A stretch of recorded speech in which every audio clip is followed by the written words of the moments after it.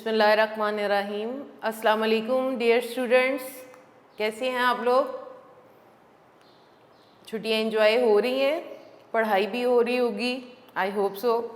ठीक है, हमने प्रीवियस लेसन पढ़ा था, थर्ड चैप्टर कंप्लीट किया था बायोडाइवर्सिटी का।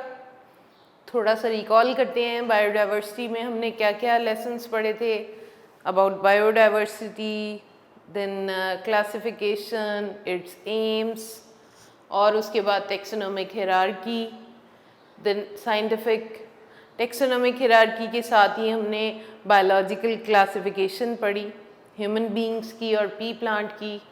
देन हमने बाइनोमियल नोमेनक्लेचर के ज़रिए से साइंटिफिक नेम्स रखने का तरीका स्टडी किया कि कैसे एक ऑर्गेनिज्म का साइंटिफिक नेम रखा जाता है। और उसके बाद हमने बायोडाइवर्सिटी की कंजर्वेशन पढ़ी, बायोडाइवर्सिटी को कैसे महफूज किया जा सकता है और कैसे इंसान के क्या इम्पैक्ट्स हैं, ह्यूमन बींग्स किस तरह से बायोडाइवर्सिटी को नुकसान पहुंचा रहा है। और एट द एंड हमने पाकिस्तान में कौन कौन से प्रोजेक्ट्स हैं, कौन कौन सी ऑर्गेनाइजेशंस हैं जो इन इंडेंजर्ड स्पीशीज़ को महफूज बनाने के लिए मुख्तलिफ एरियाज़ में काम कर रहे हैं।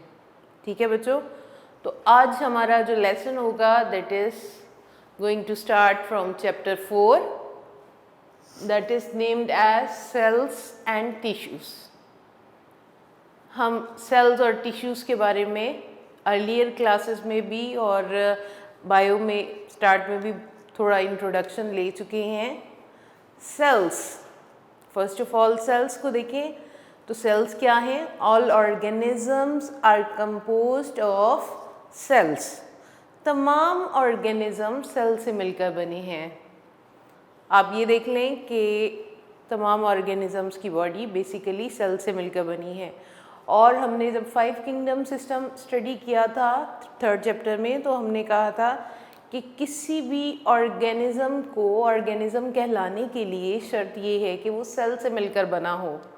ठीक है, तो अगर हम अपनी सराउंडिंग में देखते हैं तो हमारी जो चेयर है या टेबल है, all these are composed of cells, although these are non living things, लेकिन वंस ये लिविंग थिंग्स का हिस्सा रह चुके हैं एज अ वुड। ठीक है, और सेल्स जब एक ख़ास तरीके से इकट्ठे हो जाते हैं और एक कोई ख़ास फंक्शन परफॉर्म करते हैं, they are named as tissues.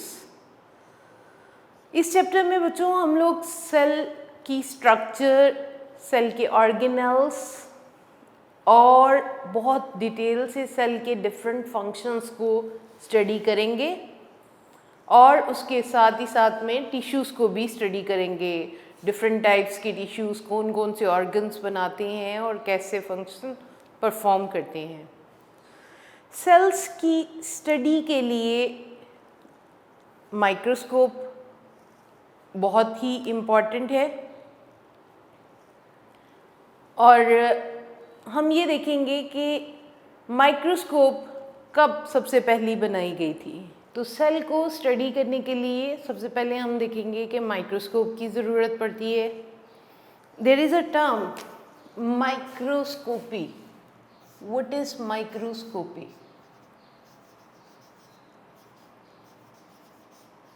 कैसे माइक्रोस्कोप डेवलप हुई थी, किसने की थी, इसके बारे में हम पढ़ने जा रहे हैं बच्चों।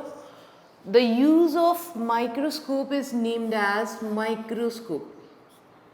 The use of microscope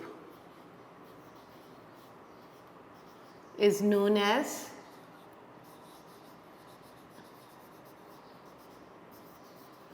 microscopy.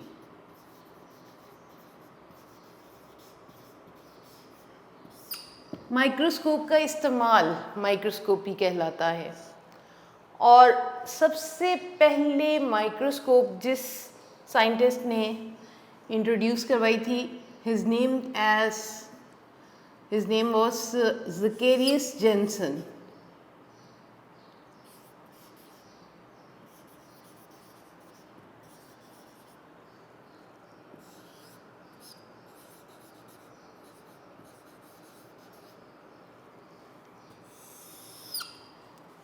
in 1595 from Holland, इन्होंने सबसे पहले एक माइक्रोस्कोप इंट्रोड्यूस करवाई।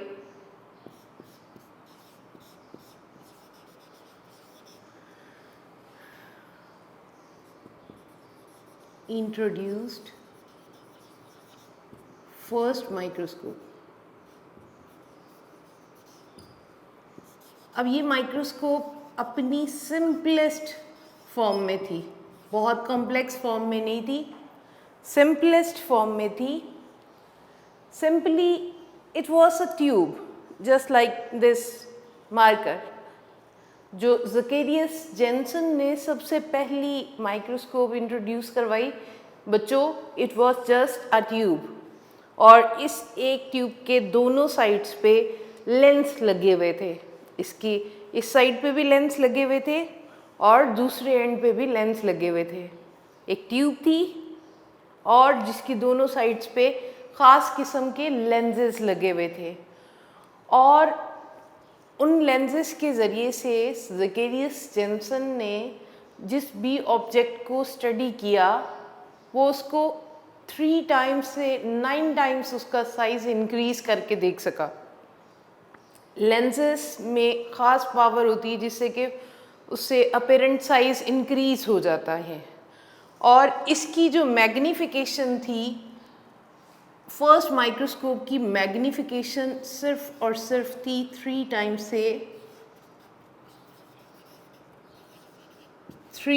से 9 टाइम्स तक, यानी इतने गुना उसका साइज बड़ा करके ये माइक्रोस्कोप दिखा सकती थी।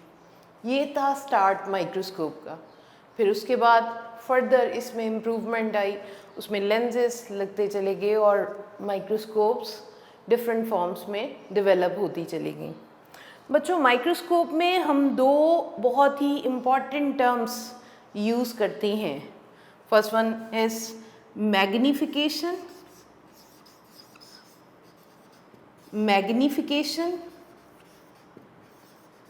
और दूसरी है रिजॉल्विंग पावर। मैग्नीफिकेशन क्या होती है? मैग्नीफिकेशन, मैग्नीफाई करना, बड़ा करना।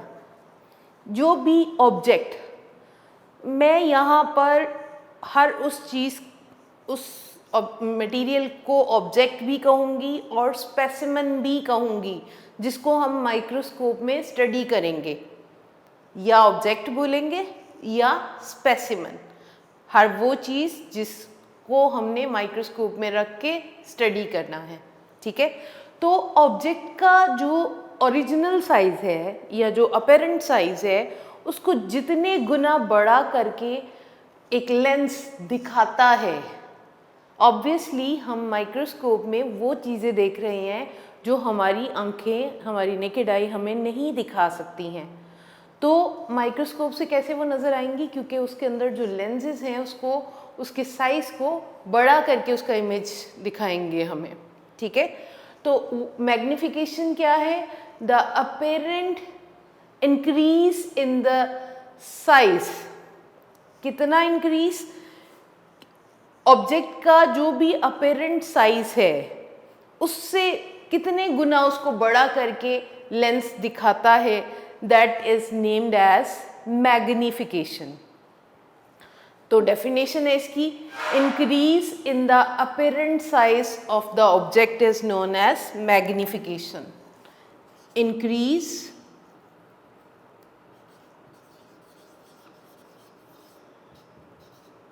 in apparent size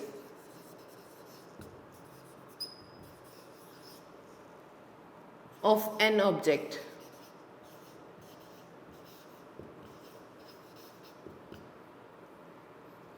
is magnification, known as magnification.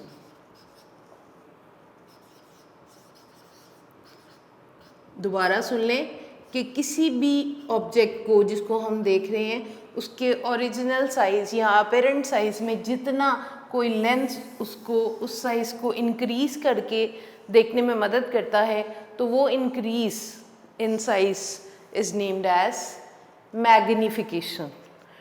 And the second one term is resolving power या resolution.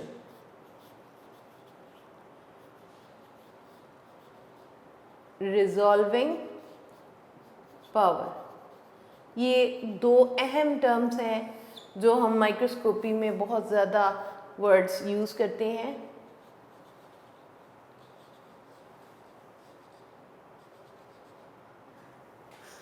Resolving power is the clarity of an image, कि एक इमेज को बग़ैर ब्लर किए, धुंधला किए बग़ैर कितना क्लियर करके दिखा सकता है एक lens, that is named as resolving power. और ये इसको हम ये भी कह सकते हैं, it is the minimum distance, ये वो कम से कम फासला है at which two objects can be seen separately. बच्चों, अगर मैं यहाँ पर ये दो डॉट्स आपको दिखा रही हूँ, आपको ये दो अलग-अलग एक ख़ास फासले तक नज़र आ रहे हैं, ठीक है, तो ये एक तरफ तो मेजर ऑफ क्लैरिटी है, रिजॉल्विंग पावर, दूसरी तरफ सिंपल वर्ड्स में ये वो कम से कम फासला है जिस पे हम कोई से दो ऑब्जेक्ट्स को क्लियरली देख सकते हैं. आपको यहाँ तक ये नज़र आ रहे हैं, एक पॉइंट पे ये दोनों इकट्ठे हुए हुए आपको यहाँ तक ये एक पॉइंट ही नज़र आ रहे हैं, ये दो पॉइंट्स, राइट. तो कम से कम फासला जिस पे दो ऑब्जेक्ट्स को हम क्लियरली देख सकते हैं, that is named as resolving power. It is the measure of clarity of an image, कि हम उसको कितना क्लियर देख सकते हैं, और ये वो कम से कम फासला है जिस पे हम दो बहुत छोटे ऑब्जेक्ट्स को सेपरेटली देख सकते हैं. ह्यूमन आई की रिजॉल्विंग पावर जो है, ह्यूमन आई की रिजॉल्विंग पावर कितनी होती है?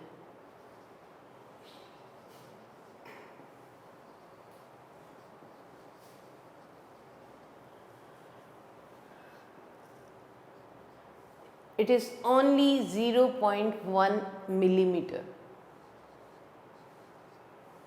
बच्चों, हमारी आँख 0.1 मिलीमीटर तक के फासले पे ऑब्जेक्ट्स को देख सकती है. इसके बाद अगर हम फासला और कम कर देते हैं, लेट्स सपोज कि 0.05 कर देते हैं मिलीमीटर अगर ऑब्जेक्ट्स के दरमियान में, तो हमारी आँख उनके दरमियान में उस गैप को, उस फासले को नहीं देख सकेगी, राइट. तो ह्यूमन आई तो सिर्फ 0.1 मिलीमीटर अपार्ट तक के ऑब्जेक्ट्स को देख सकती है. इसके बाद अगर हमने मज़ीद रेजोल्यूशन को बढ़ाना होता है तो वी यूज़ लेंसेज. लेंसेज के ज़रिए से मैग्नीफिकेशन को और रिजॉल्विंग पावर दोनों को इंक्रीज़ किया जा सकता है. एक माइक्रोस्कोप उतनी ही ज़्यादा स्ट्रॉन्ग होती है, उतना ही ज़्यादा अच्छा विज़न देती है जितनी स्ट्रॉन्ग उसके अंदर लेंसेज होंगे, जितनी ज़्यादा वो मैग्नीफिकेशन कर सकती होगी, यानी जितना वो अपेरेंट साइज से बड़ा उस ऑब्जेक्ट का इमेज बनाने की एबिलिटी रखते होंगे. तो ये तीन टर्म्स इंट्रोडक्शन में हमने पढ़ी हैं. First one microscopy. The use of microscope is known as microscopy. और फर्स्ट माइक्रोस्कोप किसने इंट्रोड्यूस करवाई थी? ज़ेकेरियस जेनसन. इन 1595 हॉलैंड में इन्होंने फर्स्ट माइक्रोस्कोप इंट्रोड्यूस करवाई थी. जितनी भी हमारी बुक में डेट्स हैं, आप इनको MCQs के लिए ज़रूर मार्क करेंगे. और साइंटिस्ट का नाम भी MCQs में पूछा जा सकता है. Who introduce first microscope? किसने इंट्रोड्यूस करवाई थी? ज़ेकेरियस जेनसन इन 1595. और वो कैसी माइक्रोस्कोप थी? मैंने ये बताया है कि it was a simply tube. ये एक ट्यूब थी जिसके दोनों एंड्स पे लेंसेज लगे हुए थे और वो किसी भी ऑब्जेक्ट को 3 टाइम्स टू 9 टाइम्स तक बड़ा करने की एबिलिटी रखती थी, यानी उसकी मैग्नीफिकेशन कितनी थी, 3 टाइम्स से 9 टाइम्स तक ओनली। और उसके बाद हमने कहा है कि 2 टर्म्स जो माइक्रोस्कोप में बहुत इम्पॉर्टेंट हैं, बहुत ज़्यादा स्टडी की जाती हैं। First one is magnification. Magnification क्या है? Increase in the apparent size of the object is known as magnification, right. और रेजोल्यूशन, ये रिजॉल्विंग पावर क्या है? It is the measure of clarity of an image, कि एक लेंस कितना एक इमेज को क्लियर करके बना सकता है, इमेज को दिखा सकता है। और in simple words, it is the minimum distance at which 2 objects can be seen separately। और ह्यूमन आई की रिजॉल्विंग पावर कितनी होती है? 0.1 मिलीमीटर। यहाँ तक 2 पॉइंट्स को, 2 डॉट्स को सेपरेट देख सकते हैं हमारी आँख। और इससे अगर कम डिस्टेंस कर दिया जाए, 0.05 मिलीमीटर अगर कर देते हैं, तो हमारी आँख उन ऑब्जेक्ट्स को सेपरेट, उन 2 ऑब्जेक्ट्स को नहीं देख सकती है। बच्चों, आपने इस पॉइंट को भी MCQ के लिए मार्क करना है। ह्यूमन आई की रिजॉल्विंग पावर कितनी है? 0.1 मिलीमीटर अपार्ट, ठीक है। और ये 3 डेफिनेशंस भी हैं। फर्स्ट वन है microscopy, second one magnification and third one resolution, right. ये तीनों शॉर्ट में भी पूछी जा सकती हैं और ये MCQs भी आपने मार्क करने हैं। The next one topic, there are 2 types of microscopes. First one is named as light microscope and the second one is electron microscope. First microscope तो इंट्रोड्यूस करवाई ज़ेकेरियस जेनसन ने। अब देखते हैं लाइट माइक्रोस्कोप कैसे काम करती है और इसकी मैग्नीफिकेशन और रेजोल्यूशन क्या है, कितनी है। First one is known as light microscope. Light microscope, shortly इसको LM भी बोलते हैं, लाइट माइक्रोस्कोप, LM। इसको हम लाइट माइक्रोस्कोप बच्चों इसलिए कहते हैं क्योंकि ये विजिबल लाइट, जो भी रोशनी है, सनलाइट है या बल्ब की लाइट है, ये उस लाइट के ज़रिए से ऑब्जेक्ट को दिखाने में मदद करती है ये माइक्रोस्कोप, इसीलिए इसका नाम ही लाइट माइक्रोस्कोप है। It uses the visible light to clear the image of an object। तो बच्चों इसमें जो है बेसिकली हम स्पेसिमन, एक ऑब्जेक्ट है जिसको देखना चाह रहे हैं माइक्रोस्कोप में। स्पेसिमन या ऑब्जेक्ट, मैंने स्टार्ट में भी बोला था, स्पेसिमन या ऑब्जेक्ट जिसको हम माइक्रोस्कोप में देखना चाह रहे हैं। लेट्स सी, ये कोई अमीबा या बैक्टीरिया की स्ट्रक्चर है जिसको हम स्टडी कर रहे हैं, तो हम इसको माइक्रोस्कोप के अंदर स्टेज पे रखते हैं इस स्पेसिमन को, और उस स्टेज के नीचे एक मिरर फिट हुआ होता है। मिरर एडजस्टेबल होता है। मिरर ये क्या काम करता है? ये विजिबल लाइट को पास करता है थ्रू दिस स्पेसिमन, लाइट को पास करेगा दिस मिरर, और यहाँ पर ख़ास किस्म के लेंसेज लगे होते हैं। ये मैं सिंपल इसका मैकेनिज़्म आपको समझा रही हूँ, ठीक है। यहाँ पर और इस जगह पर ख़ास किस्म के मैग्नीफाइंग लेंसेज होते हैं, ठीक है बेटे। जब लाइट, मिरर जो है वो विजिबल लाइट को पास करेगा टुवर्ड्स दिस स्पेसिमन, और जब लाइट इस स्पेसिमन में से गुजर के इस लेंस, फर्स्ट लेंस के पास जाएगी, तो फर्स्ट लेंस जो होता है वो उस स्पेसिमेन को, उस ऑब्जेक्ट को मैग्नीफाई करेगा, बड़ा करके उसका इमेज दूसरे लेंस तक भेजेगा। This is the lens and this is also the lens. और ये जो लेंस है, फर्स्ट वाला लेंस जो है क्या काम करेगा, ये उस स्पेसिमेन के साइज को मैग्नीफाई करेगा, बड़ा करेगा और उसका इमेज दूसरे लेंस तक भेजेगा। ठीक है, और दूसरा लेंस उसको, उस इमेज को थोड़ा सा और क्लियर करके व्यूअर्स आई में उसका इमेज शो करेगा।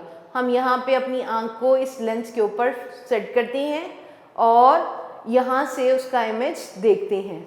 ठीक है, व्यूअर्स आई, देखने वाले की आंख, जो माइक्रोस्कोप से यहाँ से उसको देख रहा होता है, उसको स्टडी कर रहा होता है, उसको ऑब्जर्व कर रहा होता है, उसको यहाँ से इस लेंस से उस ऑब्जेक्ट का, उस स्पेसिमेन का इमेज क्लियरली नज़र आ जाता है।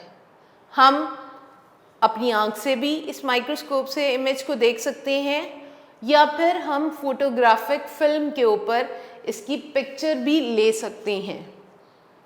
मैं दोबारा इसका मैकेनिज़्म बताती हूँ। हम माइक्रोस्कोप के सेंटर में एक स्टेज बना होता है जहाँ पे हम स्पेसिमेन को एडजस्ट करते हैं और below this there is a mirror which will pass the visible light towards the specimen। ये हम एडजस्टमेंट करते हैं मिरर की और स्पेसिमेन की, ताकि लाइट जो है मिरर पास करे उसको टुवर्ड्स द स्पेसिमेन। और जब ये लाइट पास करेगी टुवर्ड्स द लेंस, तो लेंस में इस स्पेसिमेन का एक इमेज बनेगा और फर्स्ट लेंस जो है उस इमेज को मैग्नीफाई करेगा और दूसरे लेंस तक भेजेगा और दूसरा लेंस उसको और उसके विज़न को क्लियर करके व्यूअर्स आई तक उसका इमेज दिखाएगा या फिर फोटोग्राफिक फिल्म पे हम उसकी पिक्चर को भी ले सकते हैं। बच्चों, हम जो तस्वीर लाइट माइक्रोस्कोप से लेते हैं that is named as micrograph. Photograph तो हम बहुत कॉमनली वर्ड यूज करते हैं, यहाँ पर एक टर्म है micrograph. What is micrograph? The photograph taken through microscope, light microscope, is known as micrograph। जी बच्चों, माइक्रोग्राफ अक्सर हमारी बुक पे माइक्रो ऑर्गेनिजम्स की पिक्चर्स बनी होती हैं, लाइक अमीबा, बैक्टीरिया, और उसके कॉर्नर पे उन्होंने इस तरह लिखा होता है LM109X। ये किसी भी डायग्राम जो माइक्रो ऑर्गेनिजम्स की होती है अक्सर उनके साथ लिखा होता है। ये किस चीज़ को रिप्रेजेंट करती है? LM stand for light microscope and 109X means कि ये माइक्रोस्कोप इस वक्त इस ऑब्जेक्ट जिसको हम देख रहे हैं उसको 109 टाइम्स बड़ा करके दिखा रहा है। उसकी मैग्निफिकेशन उस LM की 109 टाइम्स है। ठीक है, LM109X means light microscope and its magnification is 109 times.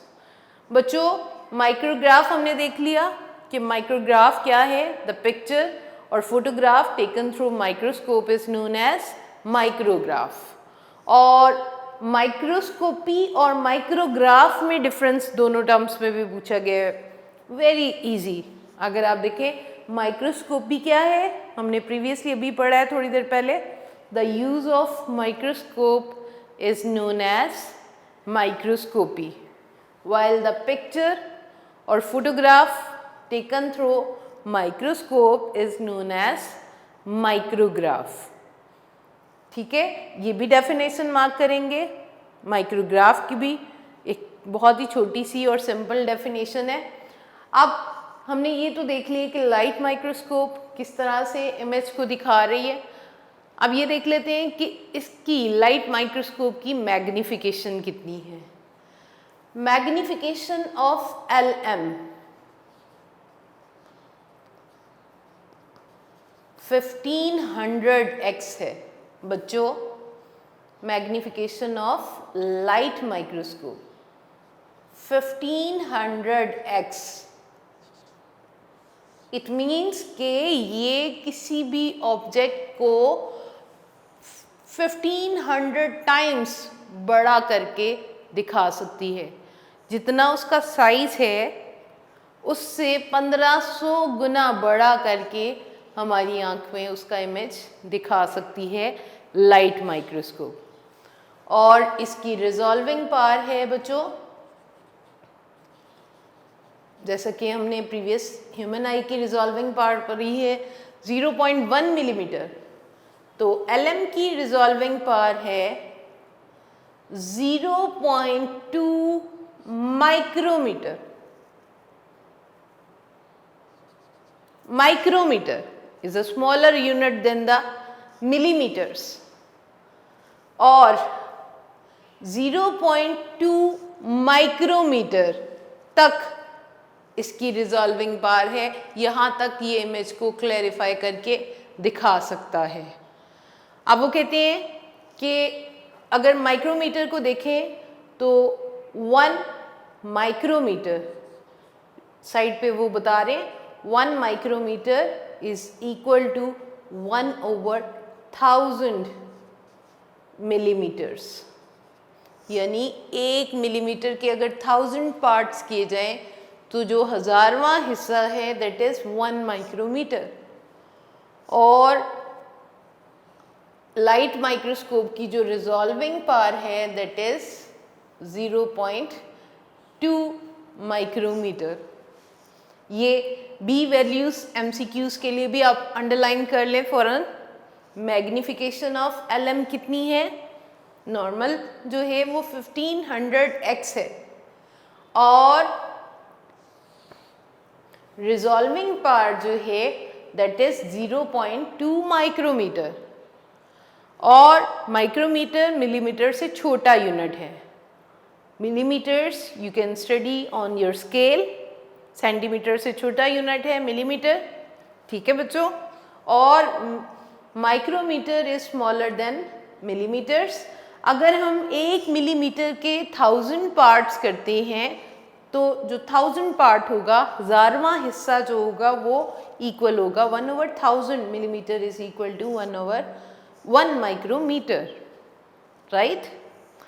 तो इस मैग्निफिकेशन और रिजॉल्विंग पावर 0.2 माइक्रोमीटर के साथ हम ये देखें कि हम लाइट माइक्रोस्कोप से कौन कौन से ऑब्जेक्ट्स को, कौन कौन से स्पेसिमेन को देख सकते हैं। तो रिजॉल्विंग पावर तो मैच कर रही है बैक्टीरिया के साइज से। हम एक बैक्टीरिया को एक्सटर्नल स्ट्रक्चर को स्टडी कर सकते हैं लाइट माइक्रोस्कोप के अंदर रख के, ठीक है बेटे। लेकिन बैक्टीरिया की इंटरनल स्ट्रक्चर, इंटरनली बैक्टीरिया के अंदर क्या क्या चीज़ें हैं वो लाइट माइक्रोस्कोप नहीं दिखा सकती है, ठीक है। उसकी रेजोल्यूशन इतनी ही है कि हम इसके अंदर एक बैक्टीरिया को स्टडी कर सकते हैं, एक अमीबा को स्टडी कर सकते हैं, लेकिन हम बैक्टीरिया की इंटरनल स्ट्रक्चर को स्टडी नहीं कर सकते हैं। This is all about light microscope. पहले हमने इसकी वर्किंग पढ़ी, ये फंक्शन कैसे करती है। ये विजिबल लाइट को स्पेसिमेन में से पास होती है, और जब वो लाइट पास करती है तो लेंस से गुजरती है, और उस लेंस में इसका इमेज बनता है स्पेसिमेन का, वो ऑब्जेक्ट जिसको हमने स्टडी करना है, यस। और फिर वो लेंस उसका एक एनलार्ज इमेज बना लेता है थ्रू दिस लाइट। और ये एनलार्ज इमेज जब दूसरे लेंस तक जाता है तो वो दूसरा लेंस उसको और ज़्यादा मैग्नीफाई करके व्यूवर्स आई में उसका इमेज बड़ा सा दिखाता है। यानी वो ऑब्जेक्ट या वो स्पेसिमेन जो हमें नेकेड आई से नज़र नहीं आ रहा, हम उसको लाइट माइक्रोस्कोप से देख सकते हैं। और the picture taken through microscope light microscope is known as micrograph. Then magnification value कितनी है light microscope की? That is 1500 times. ये भी हमने MCQ के लिए भी मार्क करना है. और resolving power है 0.2 माइक्रोमीटर. बच्चों 1 micrometre is equal to 1/1000 millimetres. ठीक है. ये जो LM109X का मैंने आपको दिया है ये साइड बॉक्स में गिवन है. साइड बॉक्स के ऊपर आप शॉर्ट क्वेश्चन मार्क करेंगे. What do you mean by LM109X? What do you mean by LM109X? LM stand for light microscope. तो कोई भी पिक्चर जो आपकी बुक पे बनी होती है अगर उसके साथ LM लिखा गया है इट मीन्स कि वो पिक्चर लाइट माइक्रोस्कोप से ली गई है, वो माइक्रोग्राफ लाइट माइक्रोस्कोप से ली गई है और उसकी मैग्नीफिकेशन 109 टाइम्स है. इट मीन्स कि उसको 109 टाइम्स बड़ा करके उसका इमेज दिखाया जा रहा है. और लाइट माइक्रोस्कोप से हम कौन से ऑब्जेक्ट्स को स्टडी कर सकते हैं? यस, अब हमें पता चल चुका है. हम बैक्टीरिया को स्टडी कर सकते हैं. बैक्टीरिया की एक्सटर्नल स्ट्रक्चर तो स्टडी कर सकते हैं लेकिन हम उसके एक्सटर्नल स्ट्रक्चर को तो स्टडी कर सकते हैं बट इंटरनल स्ट्रक्चर के लिए उसकी रेजोल्यूशन का इंक्रीज होना बहुत ज़रूरी है. इसलिए हम इसकी इंटरनल स्ट्रक्चर स्टडी नहीं कर सकते हैं. जी बच्चों, सेकंड टाइप है हमारी इलेक्ट्रॉन माइक्रोस्कोप की. फर्स्ट वन LM थी, the second one is EM. EM stand for electron microscope. जैसे आपने देखा light microscope was working with the help of light, visible light. तो इलेक्ट्रॉन माइक्रोस्कोप जो कि बहुत ही इम्पॉर्टेंट है क्योंकि इसने तो आप ये समझ लें कि एक रेवोल्यूशन लाने वाली माइक्रोस्कोप है, इनकलाब लाने वाली माइक्रोस्कोप, क्योंकि इसके हेल्प से हमने बहुत सारे ऑब्जेक्ट्स को स्टडी किया. तो फर्स्ट ऑफ ऑल हम देखते हैं ये कैसे काम करती है. इसमें हम वैक्यूम चैम्बर के अंदर ऑब्जेक्ट को और लेंसेज को रखते हैं. वैक्यूम चैम्बर क्या चीज़ है? एक ऐसा बॉक्स, एक ऐसा खाना जिसके अंदर से हवा निकाल दी जाती है. ठीक है. वैक्यूम चैम्बर के अंदर स्पेसिमेन को रखा जाता है. स्पेसिमेन को और स्पेसिमेन आपको पता है वो ऑब्जेक्ट जिसको हमने माइक्रोस्कोप में स्टडी करना है, और लेंसेज को, ख़ास किस्म के इलेक्ट्रोमैग्नेटिक लेंसेज होते हैं, इनको हम वैक्यूम चैम्बर के अंदर रखते हैं. स्पेसिमेन को और लेंसेज को रखा जाता है वैक्यूम चैम्बर में और फिर इस स्पेसिमेन में से बीम ऑफ इलेक्ट्रॉन्स पास की जाती हैं. तेज धार में इलेक्ट्रॉन्स पास किए जाते हैं. इलेक्ट्रॉन्स या तो उस स्पेसिमेन के अंदर से गुजरेंगे, ट्रांसमिट हो जाते हैं, ठीक है, या फिर रिफ्लेक्ट हो जाएंगे, टकराकर इलेक्ट्रॉन्स वापस आ जाएंगे. दो सूरतें होती हैं. पहली सूरत में जो इलेक्ट्रॉन्स पास किए जाते हैं उस स्पेसिमेन में से वैक्यूम चैम्बर के अंदर रखकर, या तो इलेक्ट्रॉन्स जो उसके ऊपर आ रहे हैं वो उसमें से ट्रांसमिट हो जाएंगे और या फिर रिफ्लेक्ट हो जाएंगे. यानी इलेक्ट्रॉन्स उस ऑब्जेक्ट के अंदर से भी गुजर सकते हैं या टकराकर वापस चले जाएंगे. फिर उन दोनों सूरतों में इलेक्ट्रॉन्स को ये इलेक्ट्रोमैग्नेटिक लेंसेज रिसीव करते हैं और ये इलेक्ट्रोमैग्नेटिक लेंसेज इनकी हेल्प से उस स्पेसिमेन का एक इनलार्ज इमेज बनाते हैं, फोकस करते हैं ऑन फोटोग्राफिक फिल्म. बेसिकली ये फोटोग्राफिक फिल्म पे इसका इमेज बनाते हैं ये लेंसेज. या स्क्रीन पे इसका इमेज देते हैं, ठीक है, या फोटोग्राफिक फिल्म पे या फिर स्क्रीन के ऊपर इसका इमेज बनाते हैं। कैसे काम कर रही है इलेक्ट्रॉन माइक्रोस्कोप? ये बेसिकली इसके अंदर वैक्यूम चैम्बर होता है जिसके अंदर स्पेसिमेन और लेंसेज रखे होते हैं। वैक्यूम चैम्बर जिसके अंदर एयर नहीं होगी, ऑक्सीजन नहीं होगी, तो जब इलेक्ट्रॉन्स इस स्पेसिमेन में से रिफ्लेक्ट होते हैं या ट्रांसमिट होते हैं, रिफ्लेक्ट या ट्रांसमिट होने के बाद लेंसेज उन इलेक्ट्रॉन्स की हेल्प से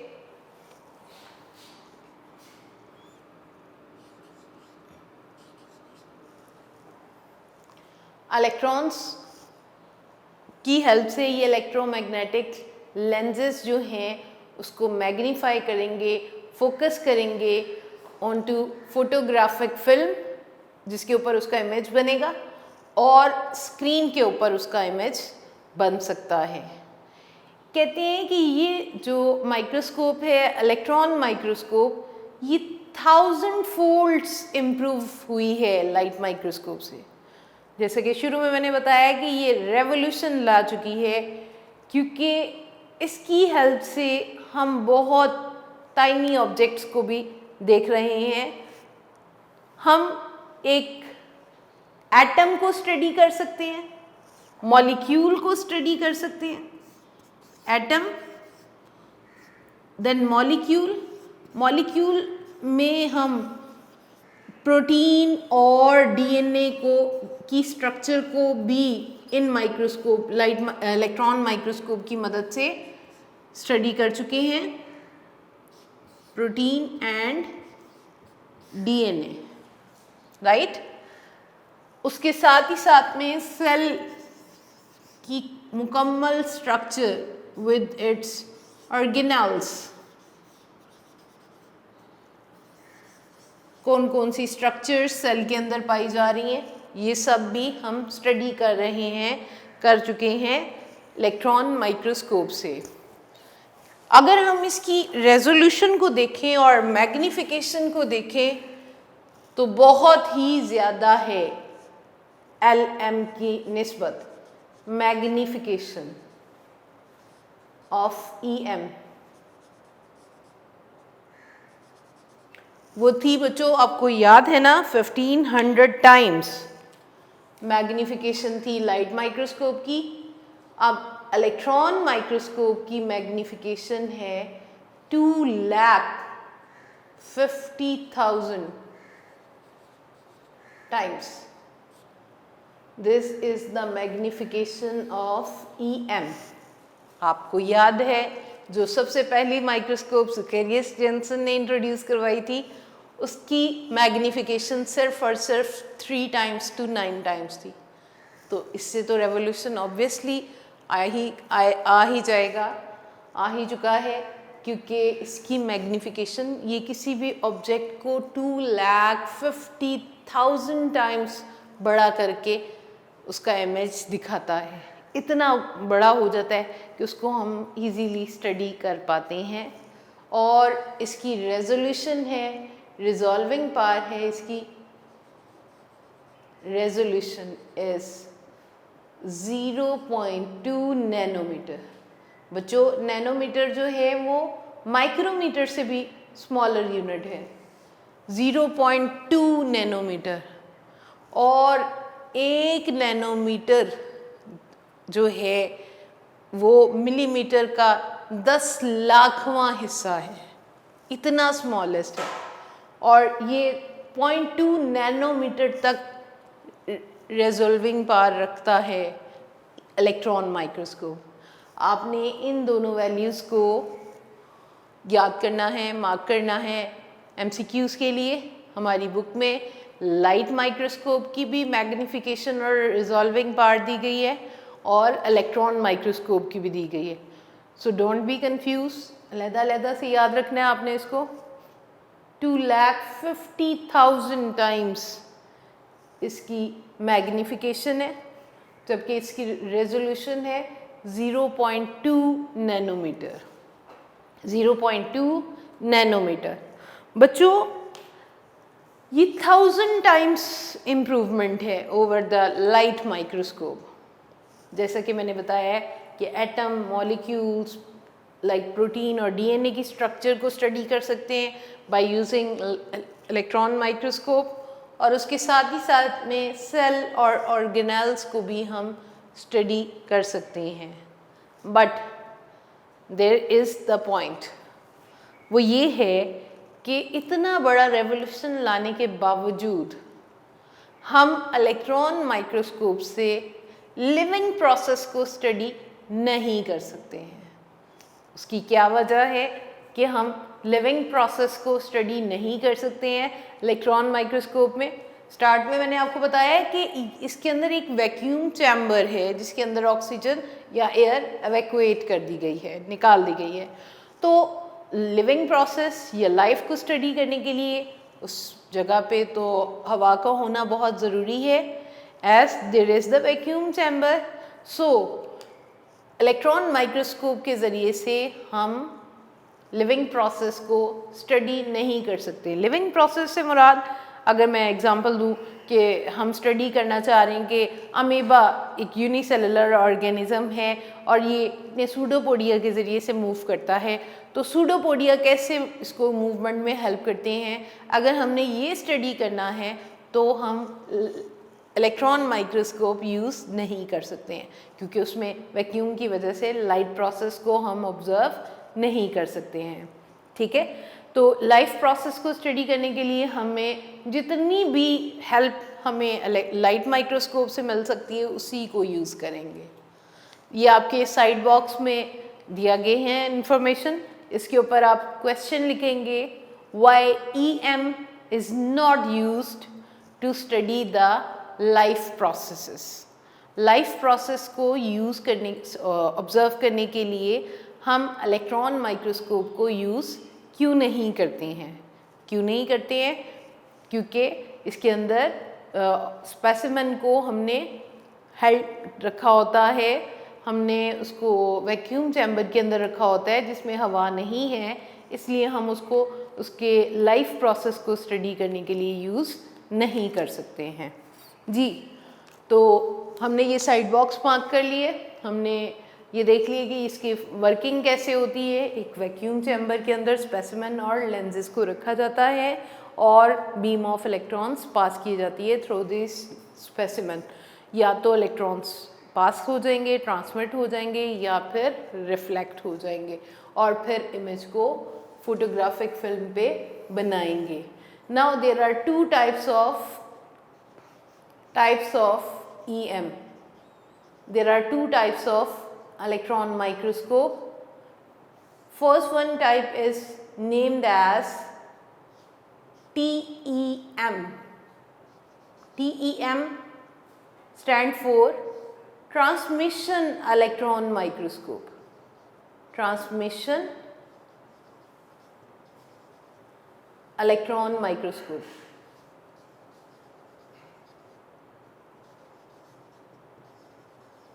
And the second one is named as TEM. second one है बच्चों SEM.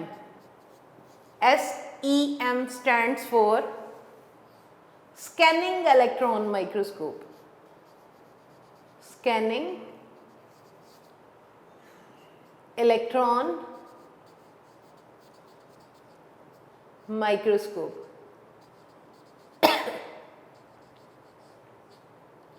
अब ये दोनों में क्या डिफरेंस है?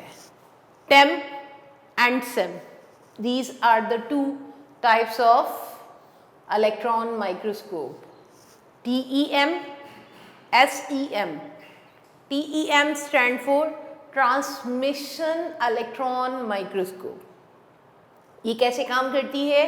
ट्रांसमिशन इलेक्ट्रॉन माइक्रोस्कोप के अंदर इलेक्ट्रॉन्स जो हैं वो ट्रांसमिट करते हैं through the specimen.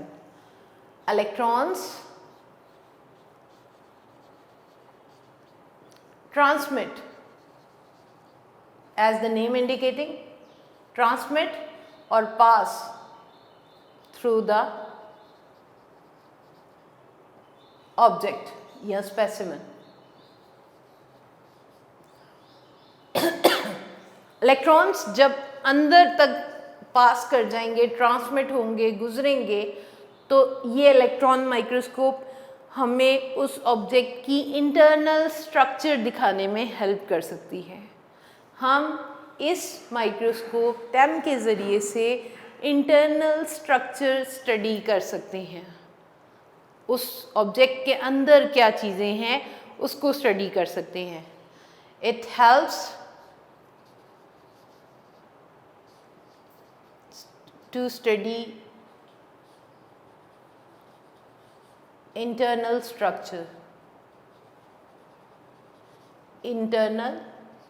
structure of object, right? As electrons can pass through the object, can transmit mean कि उस ऑब्जेक्ट के अंदर से गुजरेंगे, तो इसलिए उसकी इंटरनल स्ट्रक्चर को दिखा सकते हैं। इसलिए हम टेम के ज़रिए से इंटरनल स्ट्रक्चर ऑफ ऑब्जेक्ट को स्टडी कर सकते हैं। जबकि स्कैनिंग इलेक्ट्रॉन माइक्रोस्कोप सैम, बच्चों ईएम से तो हम वाकिफ़ हैं ही।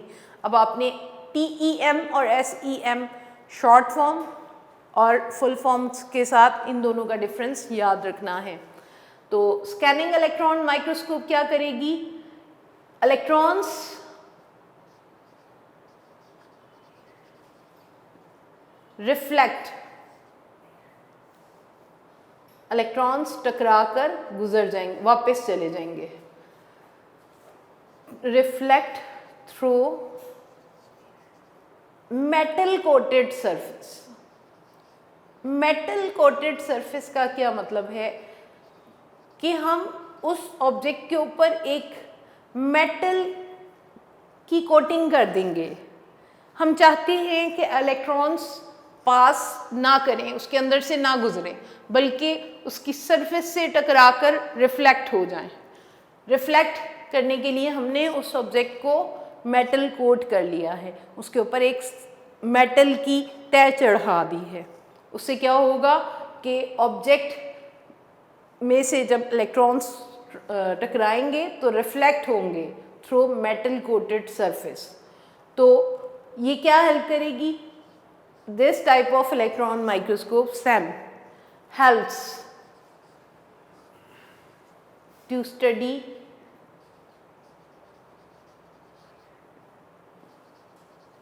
the outer structure या surface of the object, surface of object, या in simple words external structure को study करने में help करेगी।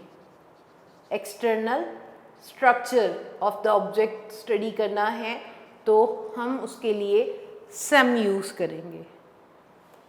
नाम से ही पता चल रहा है कि स्कैनिंग इलेक्ट्रॉन माइक्रोस्कोप में से इलेक्ट्रॉन्स ट्रांसमिट नहीं करेंगे ऑब्जेक्ट के अंदर से, बल्कि वो एक उसकी सरफेस से ही टकराकर रिफ्लेक्ट हो जाएंगे। और जब वो सरफेस से टकरा के रिफ्लेक्ट होंगे तो उससे उसकी हमें एक्सटर्नल स्ट्रक्चर को स्टडी करने में हेल्प मिलेगी। हम स्कैनिंग इलेक्ट्रॉन माइक्रोस्कोप के ज़रिए से किसी भी ऑब्जेक्ट की एक्सटर्नल स्टडी कर सकते हैं, एक्सटर्नल स्ट्रक्चर को स्टडी कर सकते हैं। जबकि हमने अगर इंटरनल स्ट्रक्चर किसी ऑब्जेक्ट की स्टडी करनी है तो उसके लिए हम ट्रांसमिशन इलेक्ट्रॉन माइक्रोस्कोप यूज़ करेंगे। बच्चों एक शॉर्ट आया करता है, What is the difference between TEM and SEM? आपने इनके फुल फॉर्म के साथ भी शॉर्ट आ सकता है, वो भी याद रखना है, और शॉर्ट फॉर्म के साथ भी आ सकता है। What is the difference between TEM and SEM? Full form के साथ एक्सप्लेन करेंगे। TEM stand for transmission electron microscope. It electrons transmit through the object. It helps to study internal structure of object. ये microscope internal structure को study करने में help करती है। जबकि SEM stands for scanning electron microscope. Electrons reflect through metal coated surface. इस microscope में electrons उस ऑब्जेक्ट जिसको हमने मेटल कोट किया हुआ है उसकी सरफेस से रिफ्लेक्ट होंगे और उससे हेल्प मिलेगी हमें एक्सटर्नल स्ट्रक्चर को स्टडी करने में या फिर उसकी सरफेस की स्टडी में। ठीक है, हमने इलेक्ट्रॉन माइक्रोस्कोप में इसकी मैग्नीफिकेशन मार्क करनी है, इसकी रेजोल्यूशन मार्क करनी है। ठीक है बच्चों, उसके बाद हम कौन कौन से ऑब्जेक्ट्स को किस लेवल तक स्टडी कर सकते हैं। हम एटम्स को, मॉलिक्यूल्स को, molecule like DNA and protein study कर सकते हैं, उनकी स्ट्रक्चर स्टडी कर सकते हैं। सेल को स्टडी कर सकते हैं, सेल के ऑर्गेनेल्स, कौन कौन से सब स्ट्रक्चर्स हैं जो सेल के अंदर पाई जाती हैं, सब सेलुलर स्ट्रक्चर्स, और उनका फंक्शन क्या है, ये सब एलेबोरेट फॉर्म में हम स्टडी करते हैं बाय यूजिंग इलेक्ट्रॉन माइक्रोस्कोप। ये लॉन्ग क्वेश्चन में भी आ सकता है, लाइट माइक्रोस्कोप और electron microscope. Right a note on function and its structure of light microscope. तो आपने इसकी रेजोल्यूशन, उसकी मैग्नीफिकेशन, ये सब उसमें एक्सप्लेन करना होगा अगर लॉन्ग क्वेश्चन आ रहा है तो। और इसी तरह इलेक्ट्रॉन माइक्रोस्कोप पे भी लॉन्ग क्वेश्चन हो सकता है, इस पे शॉर्ट भी आ सकते हैं। इसकी वर्किंग पूछी जा सकती है कि कैसे काम करता है, इसकी रेजोल्यूशन और मैग्नीफिकेशन कितनी है, difference between TEM and SEM। ठीक है बेटे, तो इस तरह से ये फर्स्ट टॉपिक आप लॉन्ग के लिए भी याद करेंगे और इसमें जो जो पॉइंट्स मैंने शॉर्ट के लिए बोले हैं वो उसके लिए भी पढ़ेंगे पूरा टॉपिक।